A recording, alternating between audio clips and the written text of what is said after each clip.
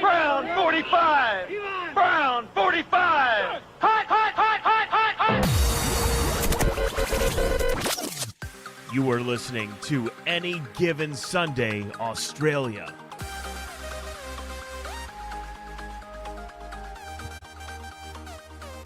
Yes, hello and welcome to the Any Given Sunday Australia podcast, the number one podcast in at least 3 households, 1 studio, the Gridiron Australia head office, which has a new name. American Football Australia, I believe, is the new name. So get around them. American Football Australia.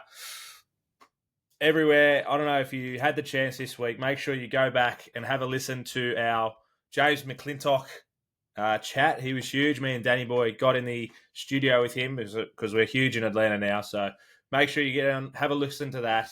Joining us, as always, in his basement, wherever that may be, TC24 at Tim Cardy, AGSAU. How are you, mate? Hello! How are you, mate? Oh, I'm always good, mate, especially on a day where we get to record and have a chat. I'm trying to get... There he is, hang on. Also, joining us, had a bit of trouble in your little studio pad, wherever that may be, at Danny Webb, AGSAU. How are you, mate? Football is back this week. Football is back. You have beat me to the punch. Friday, 10 a.m, mark it in your calendar, the Hall of Fame game. Carts, make sure you're all over it, mate. We've got the Bears and the Texans, versus baby. the Texans. It'll be on ESPN. Football is back as of this Friday. Huge news. I'm presuming you'll be watching it, Carts. Yeah, well, it's the Hall of Fame game. It's in Canton, Ohio. Do we know who's getting inducted? I actually haven't looked that hard into who's getting inducted into the Hall of Fame, but it's normally someone from the 2 teams playing. Am I right? You are right. Well, the 2 teams that are playing will have someone that is being inducted. Yeah, you're all over it, mate. How many do they do each year? Yeah. Yeah. We have started off on fire. Not 32. Why? You always have a go at me for asking you questions. I'm not sure. It's not 32, so we can't have every team, but they do try and rotate it around. But yeah, I know the Packers have played in a couple over the last few years. I know it was the Jets, someone last year, because they had Aaron Rodgers on the sideline, I remember. So Well, maybe we'll report back about it next week. Next week, we will definitely have a little bit of a chat. But we're on to episode number 3 of our divisional divisional previews. We've gone with the AFC North. So I'll do a quick wrap. Last year, it was actually a division that had 3 that made it into the playoffs, which was huge. The final standings, we had the Ravens finishing on top with a commanding 13-4. The Browns finished 11-6, even with their QB troubles and things like that. The Steelers 10-7. The Bengals finishing 9-8, even with Joey B missing a fair portion of the season, which was huge. But they did miss out on the playoffs. In the playoffs, we had the number 5 seed Browns losing 14-45 to the Texans, which we spoke about a couple of weeks ago. The 7th seed Steelers also lost 17-31 to the number 2 Bills. In the divisional round, we had the number 1 seed Ravens 34-10 over the Texans, which we talked about. In the AFC Championship game, which we might actually talk about a little bit because that was a huge game. Ravens losing, going down to the Chiefs 10-17. Danny, I know you were all over this game, mate. What happened? Yeah, so I don't know what the Ravens were thinking coming out. Maybe they were trying to double bluff the Chiefs, but they went out and they just continued to throw against the Chiefs, who have one of the top passing defense all year, and it was very clear. When the Ravens have one of the best rushing games. So they could have, and the Chiefs' rushing defense isn't up to scratch to where their passing defense is. They could have just, did what they did all season, and how they got the number 1 seed was by relying on the rush game. So I don't know why they didn't just fall back to that. They kind of played the Chiefs game that whole game. Like, I know it was 10-17, but it was kind of looked like it was in Kansas City's favor for the majority of it. And I do remember at the very end, Carts, the L'Jarius Sneed with the big punch out right on the line, which it would have evened up the game. They were going in to score the touchdown, but I reckon Trey Flower was pretty much reaching over, got the fist in there, and that was a huge play to win the game for the Chiefs and send them into the Super Bowl. Yeah, I think Snead had a couple of big defensive moments that game. But it was all to the script because of Tay Swift and that's Kelsey and stuff. So that's why they kept going with it, Danny boy. Yeah, and the Ravens just finished off strong, like to finish the end of that season. I think they won 10 of their last 11 games. Yeah, they were a juggernaut. They've only gotten better, which we will talk about. I reckon another thing Snead was involved in, Trey Flowers, a massive catch over the middle, like 45 yards or something. And then he got up and celebrated in Snead's face, and they put him back 15, which really stalled one of their drives. Off the top of my head, I'm going to go with it. No, that's definitely what happened. So, yeah, it was definitely Snead come out big in the last half. An interesting stat cards that you brought to our attention about the previous winners in this division, mate. Well, and it's looking like the Browns, the much maligned Browns. I can't remember exactly what you said about them, Danny, but it wasn't as nice as that. But it looks like they haven't won the division for over 30 years. So it looks like they haven't. Yeah, like going back to 1989, so over 30 years since they've had a division title in the AFC North. So obviously the Steelers had that massive dominant period where they won the lion's share of the division titles. But then I think back to, let me just get the little graphic up. Yeah, it's just been back to 2018, Ravens, Steelers, Bengals, Ravens. So the Browns just, not even a sniff in what a lot of people are saying is probably going to be one of the top divisions in the NFL this year. And the Browns obviously going to be a big part of that. Made the playoffs last year off the back of every team having a plus 500 season last year as well. So not to say that the Browns were completely terrible in terms of the whole league, but in terms of in this juggernaut of a division, they just haven't grabbed a title for 30 plus years. Long time. I know some of especially when, the likes of the Jags and the Titans and stuff moved around a little bit, and some of the divisions did change it up, but you see on our little graphic there, the Steelers have won 24 of the titles where, the Bengals have only won 11, but they've won 11. Ravens have won 7. So there's a pretty big discrepancy between, and the Browns haven't won it since 1989. And that was the big thing about they won 2020. They actually made the playoffs and beat the Steelers, who won the division. Baker Mayfield led them out there, got the Browns their first win in 25 years or whatever it was in the playoffs. And then they booted him. And they said, see you later. They said, see you later. So that was, the Here's big your thing. hat. Off you go. The Browns, this is probably a big reason as to why they haven't won in 30 through a full 5 years. 35 years. Yeah, fair enough. All right, some of the season and off-season stories, like you said, huge that every team was above 500, I think, especially those Bagels who Joey B missed a fair portion of last year. And there was a little bit of dramas in their wide receiver room. I remember that, a couple of them have left. So the fact that every team was able to go 500 is a massive effort, which I think leads into, like you said, Carts, it's going to be a big year for the AFC North, such a tight race, which made it very difficult for me to pick each team and how they'd actually go. But the biggest, or the 4 or 5 big stories that I come up with, we touched on it early, I guess, in this season, in the preseason, that Lamar Jackson has lost a fair few kgs. I reckon it's 10 to 15 pounds, as they say. So, 8 to 10 kilos he's stripped back. And I think it's got a lot to do with the fact that he's got Big King Henry in at running back, Danny Boy. He can just turn around. Doesn't have to take all those big hits anymore. He can just turn around and pass the ball off, which I think will open up his passing game a lot more as well, having Big Henry in the backfield. Yeah, I think one of the biggest concerns for the Ravens is they've lost their 3 starters during the offseason of their O-line. So, yes, okay, having King Henry in the backfield is great, and he will take a lot of attention.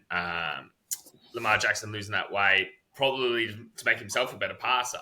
But if you've lost your 3 key starters, which helps you get the number 1 seed, helps you finish 13-4, you take away 3 starters from your O-line. I think they're replacing them with a 2023 pick and a 2024 pick. So they are some junior offensive linemen that are going to be taking those positions. I don't know if they're going to be able to get Lamar the protection that he needs to prove himself as a passer. Does he go back to the old Lamar where he was like they called him a joystick or whatever, where he would just literally take the game under his wing and it could bring out the fact that he has Henry in the backfield as a bit of a decoy, though, to bring back those 80, 90, 100-yard games rushing, 100%. And I think between the two of them, they're going to be sharing the yards. There's no way that Derrick Henry is going to be taking them all. Lamar is too good on his feet for the Ravens not to utilize. As I said previously with last season, they were one of the best rushing teams in the league. So I just think they're going to probably continue to rely on that. And I think having part of it, having such a potentially poor O-line, like we haven't seen them yet, but just on paper, it's not looking as good as it was last year. It's pretty much the game that they're going to have to rely on is the rushing game. Carts, Derrick Henry is now 30 as well. Running backs don't normally have a massive running life. They don't, and it's one of those positions that always pops its head up that the veterans don't get paid, and they'll just draft a younger guy when it comes time for the veterans to get paid. But just looking at D. Henry's numbers, he's gone over 1,000 yards the last 2 years of his career. Like as he's getting into that sort of those later stages, he's still averaging well over 10 touchdowns a season. He's up around averaging 30 receptions a season the last couple of years, so he's closing in on 10,000 yards for his career as well. I think him and Lamar, they'll become a bit of a two-headed python in that running game. And I think it'll help with that loss of experience on the O-line, Danny Boy. And I think the loss of weight, I reckon it goes hand in glove with a bit of Lamar doing a bit extra just to protect his body and stay healthy. Obviously, carrying a bit less weight, you're going to be less susceptible to injury and the like, and he'll still be a prime mover and he'll still have his decent rushing games. But I think having Henry there as well, it just becomes harder to cover the two options, and it'll help mask a bit of that loss of experience, like I said, in the O-line. And I'm expecting another 1,000+ yard year from Henry.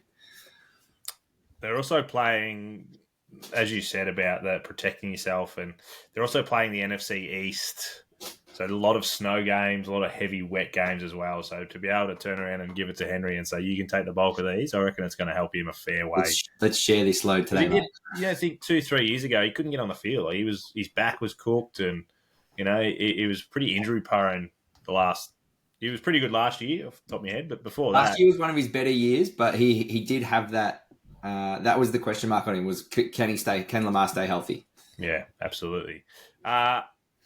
During the week, Carts, we see Russell Wilson, who has been traded to the Steelers, miss some training, and Justin Fields, who's also been traded to the Steelers or signed by the Steelers, was in there at QB1. So do we have a genuine battle there? Is it Wilson's role, or is it up till week 1 do we decide? I think it's Russell's role, and I think he's definitely been told that going to the Steelers. He's been told it's your job, but yeah, I'm not sure the reason behind missing a bit of training, but obviously it was a bit of a probably forgettable time in Russell's career at Denver, and they've obviously paid $40 million for him not to play there. So there's they obviously going real bad. they obviously have their reasons that they didn't want to go on with Russell as their quarterback. The Steelers are a much historied franchise. They're not just going to go out and get a dodgy quarterback. They obviously believe in Russell Wilson, the quarterback. So he'll be QB1. Justin Fields is a great backup option. I think the question will just be how much rope do they give Russell? Just looking at mate, sideline again with the old man injury. Little calf. Baby cows. Little calf niggle. So and it's probably he probably hasn't done anything. It's probably precautionary. It might just be a little bit tight. So probably just being a bit cautious with it at the moment. But I still fully expect Russell to be QB1 come week 1.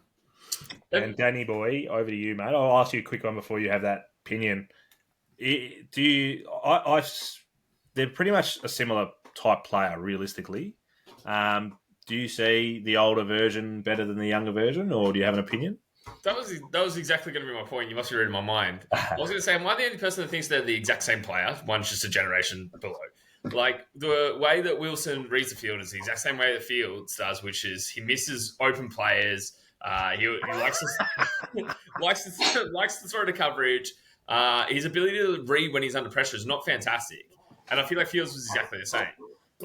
They're both quite tentative quarterbacks, and you've got two of them now. And let's be honest, neither option is great. one's coming over on a vet min because a team paid him $40 million not to play. and the other one was traded for like a 7th round draft pick or whatever it was. Obviously, they're not like we're arguing against two QBs here, which neither are a great option as QB1, in my opinion. So at the moment, yeah, obviously if Wilson's sideline, I just looked at the depth chart, he's questionable. You're going to have to rely on Fields, and hopefully Fields being now Chicago, he has a better season, better trajectory. Yeah, like hopefully everything changes for him. And then, being quite a young quarterback, like you do hope that for him. You do really want him to improve. It's just at this point they haven't really done enough for Wilson at the Broncos and Fields and the Bears, and neither of them really done enough to be like, yeah, you know what, either one of you are my QB1s, because I'm like, I wouldn't be happy with either of them. I just hope these two pricks don't stuff up Mike Tomlin's perfect record and give him his first losing season ever. They do still have that elite defense. Will that defense be able to carry them again though? TJ Watt, you're going to have to back it up again and again and again. Well, he will. He's a class player, but they're going to have to shoulder a lot of the load, aren't they? Yeah. Is it 17 years in a row? So he wants to get to that, able to drive kind of license time. In America, you can drive, so that's ticked off. Oh yeah, we live in Australia, mate. What are you talking about? Number 3, we spoke about just a second ago, Carts. Lamar Jackson's injury problems, not being able to get on the field. Joey B or Slim Shady or whoever he wants to go by at the moment, will he be able to get on the field and beat all these injury-plagued seasons that he's had? Well, the real Joey B has never played a full season in his whole NFL career. So coming into season 5, he's never finished out a full season uninjured. So obviously the Bengals are a different team with him out on the field. I think he missed 7 games off the back of that wrist injury once it was became apparent that it was a season-ending wrist injury. Like that was sort of it for the Bengals. So they're hoping against hope that he will be fit and healthy. We know Maxey will be big Bagels man, but they signed Chase, but I don't believe we've had a resolution with T. Higgins yet. Obviously, he's still there at the moment, but I don't think they've sorted his contract yet. So if they could get that sorted out somehow before the start of the season, that'd be huge. They lost Tyler Boyd as well. Yeah, so just to try and lock down any of that sort of locker room stuff before the start of the year, I think would be massive. And then, obviously, as we said, Joey B having a healthy year could go a long way to them taking out the division. He is and Maxey regularly reminds me, he's the most hit quarterback of all time in his first 5 seasons. Protect the boy. Yeah, so the fact that they're going back, have they put enough in front of him to, because that's how the wrist injury came about, wasn't it? He hit a helmet or something like that, and it was while he was being rushed and being sacked, and it just goes to show that you can't get hit 1,001 times in the first 5 years. He used to always say as well, like once he got hit, he loved getting hit really early on because then he decided he was going to throw better. And like you're saying, Cars, as long as he's got Chase, Higgins, they also picked up Mike Gesicki from the Patriots, who's a receiving receiving tight end. So it's just another option, another weapon for him. As long as that O-line, shores up and actually starts protecting him. And if he can stay healthy, it's hard to not see him, taking out the division or at least fighting very, very hard for it. The next one, we've already kind of scratched the surface with this one, so I'll just a quick question to both of you. It'll be literally a yes or no. Every team having a winning season last season, could you see, I think having Joey B back, you obviously haven't seen what I've picked for each team, but could we see that the same thing again this year, Carts? Winning season, yes. For every team? Yeah, we can see that. Danny? No, I'm saying no. I'm saying the Steelers' streak is done. Don't you dare. Bookmark it. Bookmark me right here. The Steelers winning season. If someone's going to shit the bed, it'll be the Browns. The Browns. I feel like there's 2 pretty comfortable that they're gonna be plus 500, but 2 and 2. Not to give it away what I've said, I've chosen, but who knows? It could be the Browns. I don't know, but yeah, I think you might be nail on the head there. And those Browns, as our last little chat, Danny, you went through this. They've let Flacco go. They've signed Jameis Winston. They've got Tyler Huntley in interdivisional swap as third string. Who's going to be the backup behind Watson, and how are they going to be able to move forward? Once again, another QB I've got no faith in is Watson. Like since coming to the Browns, he's had like a couple of he had all the problems outside of football, and then in football he wasn't playing well, and then he was out, he was injured, and then sat for whole seasons. So I think when did he get there? 2020, and we haven't actually seen Watson play a full season or a successful season for the Browns since then. So I think them having those two backups is them almost ensuring their season will actually still go ahead because they're going to need him. Like with James Winston and Tyler Huntley, I think. I wouldn't be surprised if we see them take more of the field than Watson. Wow, that's huge. Jameis Winston coming over from the Saints. He's a massive... I don't know if you've seen much of him behind the scenes. He's a massive hype man. He's really good in the huddle, brings the boys all together. In my opinion, I'd be going Tyler Huntley as the second string. He backed up Lamar, very similar kind of player to Lamar. Learned a lot from him, and I reckon I've got a bit more faith. They used to call Jameis Winston ESPN, because he had a 30 for 30 season with 30 touchdowns and 30 turnovers. And he was maybe the last person or the first person to ever do it. So, yeah, I'm not huge on Jameis Winston, but big locker man. You need him in the locker. He's a good for the hype for the team. But, Karts, what are you thoughts on the Browns? Well, they're my probably favoured choice to have the losing season, and it is off the back of this just unknown quarterback room. Old Chalky Bones, Deshaun, or... depending whatever else happens, if he's going to see out a full year. And like you said, the 2-3, serviceable, but they're not going to, in this strong division, they're not going to be able to come up, and especially against the defenses these other teams have within the division, they're not going to be able to, win games off the back of their quarterback play, I don't think. Speaking of being such a strong division, we spoke about this last week. It goes back to your graphic carts. So we'll let you be all over that, mate. But being the fact that they are such a strong division, does that show in the strength of schedule? Yeah, a little bit. We are a bit more in the red on the pointy end of this one. So the Steelers have actually got the hardest draw out of the whole league. So they're down the bottom of the right in the deepest in the red. Hardest strength of schedule for the entire league. They've got a bye in week 9, so sort of mid-year. Not terrible. Yeah. I think any earlier than week 9 isn't great. We then roll to the Browns. They've got the third hardest schedule. They've got a week 10 bye. Ravens are the fourth hardest with a week 14 bye, which maybe leading into potentially playoffs could be a little bit better. And then the Bengals are actually off having probably the worst season out of the division, arguably last year. They've got the 6th easiest, so they're up in the green on the left. So the 6th easiest strength of schedule in the whole league, and they've got a week 12 bye, which again, sort of that 5-6 weeks out from playoffs could be a cherry ripe sort of time for a bit of a tune up, a bit of a reset, and then like a 5-week block leading into and building up to playoffs. I think that window, I think the bye is super important, and I think that window there is pretty advantageous for the Bengals. I did. I wanted to learn a little bit because I got the question about how did they decide the strength of schedule here, and it is purely based on the teams they're playing this year, the win-loss record that they're playing. So just for those that are wondering, so obviously the Steelers are playing the best win-loss record of out of all the teams. Yeah. Who are they playing in their divisionals and intercontinental? So interconference, we've got the NFC East. Intra-conference, we've got the AFC West. And for the 17th game, it's the NFC South. Yeah, so again, I was looking at this. So this the 17th game obviously rotates through, and then they have wherever they finished on the ladder or out of the division, they play in the other two intra-conference, whoever they finish. So they're playing the AFC West. They're obviously playing all of those, but they'll play the South and the East, AFC, third, fourth, second, first. Just for those, I did have a question, so I thought I'd just clarify that one for everyone.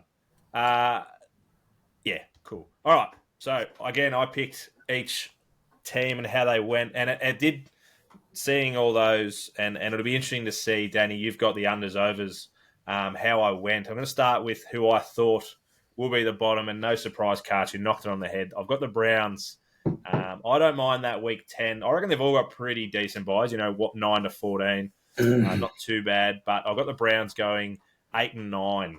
Danny, what was their unders, overs, mate? How do I go? 8.5, bang on 8.5. They're saying over 8.5 is the shorter odds. Yeah, well, they'll be right with that. 8 and 9. Carts, you happy with that?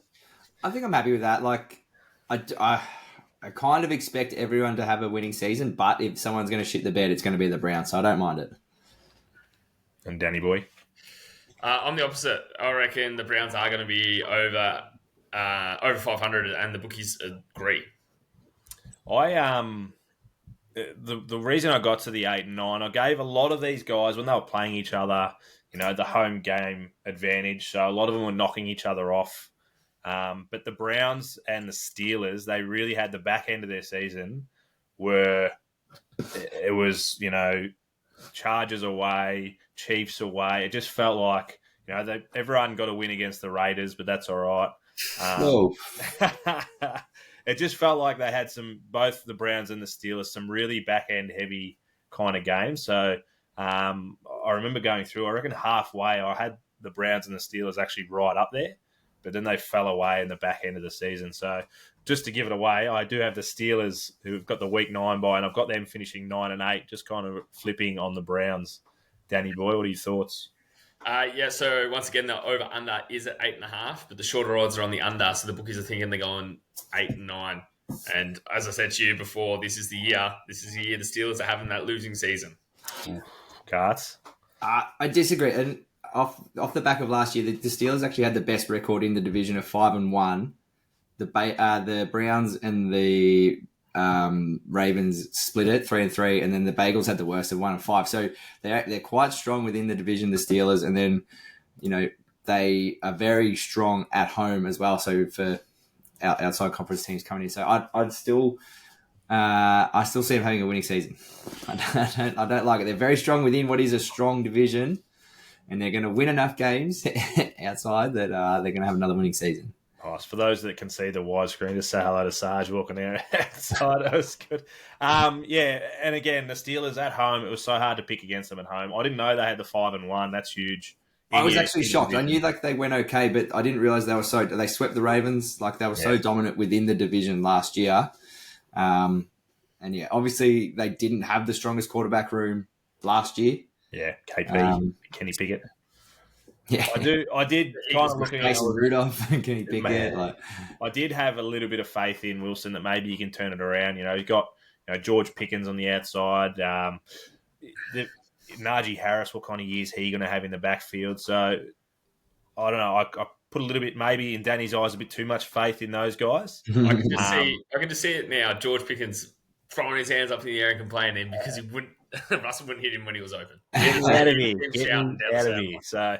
I gave the Steelers a little bit more credit than obviously you, Danny, but we'll see. Like I said, but their back end of the season, huge. The biggest thing, though, and no offense, Carts, I gave most of them wins against Raiders, and I think Denver.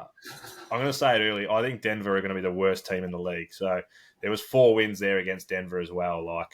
So it'll be maybe Denver can throw a bit of them off, but I don't like their odds. Coming in second, again, tight at the top. I had the Bengals. They got the week 12 bye, like you said, Carts, and I had them 12-5. So that is definitely playoffs. And Danny, you roasted me last week. 12-5 is going to be right up in the top echelon, mate. Yeah, but I think that's fair. As long as everyone in Cincy is healthy, I think that is quite fair. They've got that easier record. Well, I can't remember what you said, 6 easiest before. Heading into it, because they had a bit of an off-season last season with Joey B being down, but now he's the real Slim Shady, so, it's going to be a completely different time. Maybe he can stay healthy. Who knows? My mail is Maxie's loaded up $500 on him as soon as he saw that photo of Joey B with the Eminem hair. He's back in Super Bowl, 500. That's after he put 500 on him after he had the long locks, too. Yeah, so he's got a grand. He goes by the hair. Carts, the fact that the Bengals do have that sixth easiest, finishing 9-8, but being last in the division. So, in their other 3 games that not against the divisionals, they've got the 4th rated in each one of those. So realistically, if they're coming out and going to be any kind of threat, there's 3 wins already. And the 8 games they've got at home, you can almost chalk up. There's 10, 11 wins right there.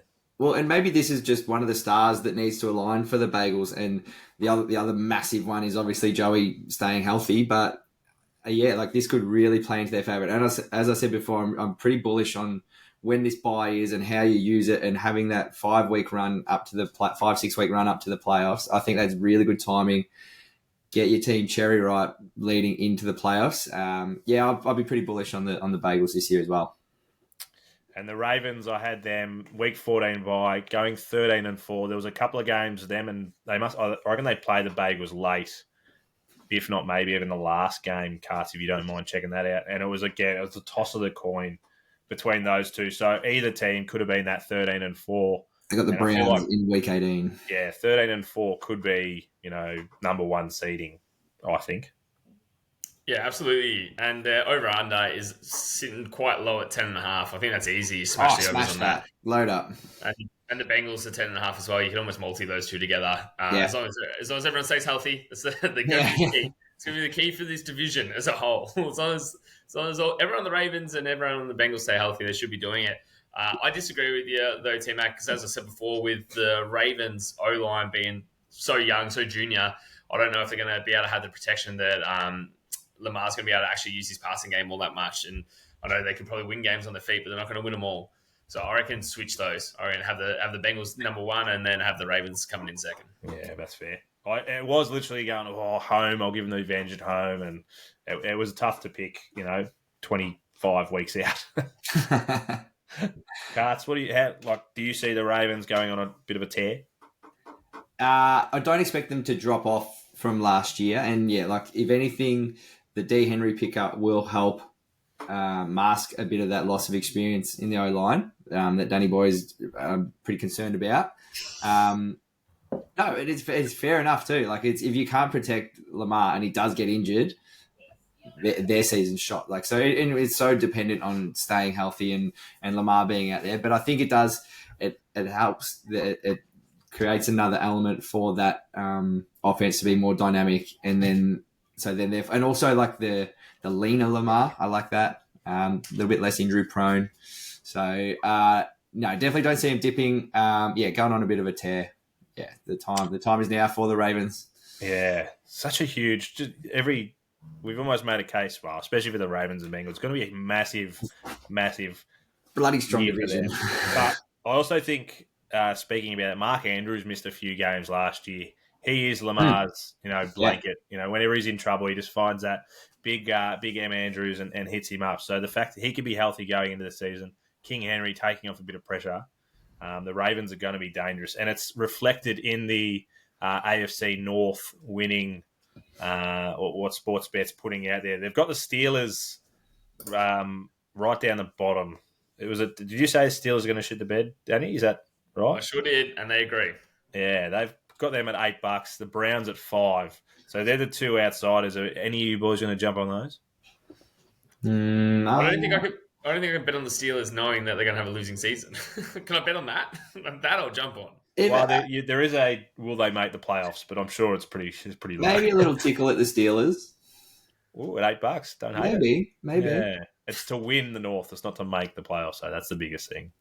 Yeah, and you can create 1,000 scenarios. But say Lamar and Joey both go down, that just flips the whole division on its head. So there could be a little bit of juice there. With the hardest schedule, you got 2 quarterbacks that haven't really proved themselves recently. They've got the hardest schedule, bro. You've got the hardest schedule, and you're going to throw money at them at $8 to take out the division. Steel sharpens steel, baby. Oh. And no surprise, we've got the Bengals at $2.60 and the Ravens at $2.37. Who are you jumping out more, Carts? The Bagels. You like the $2.60? Danny boy? The Bagels, mate. It's got to be the Bagels. Yeah, I don't know. I reckon I've talked myself into the Ravens. I like the Bagels. I think they both make the playoffs. All going well, they both make the playoffs. But the Ravens, yeah, I like Mark Andrews for a big season as well. So, all right, boys, great little chat. AFC North is definitely one to watch. We don't know who we're doing next week, so there's no point talking about it. Like I mentioned, make sure you get around, check out the James McClintock chat. It was elite. And see you boys next week. See you.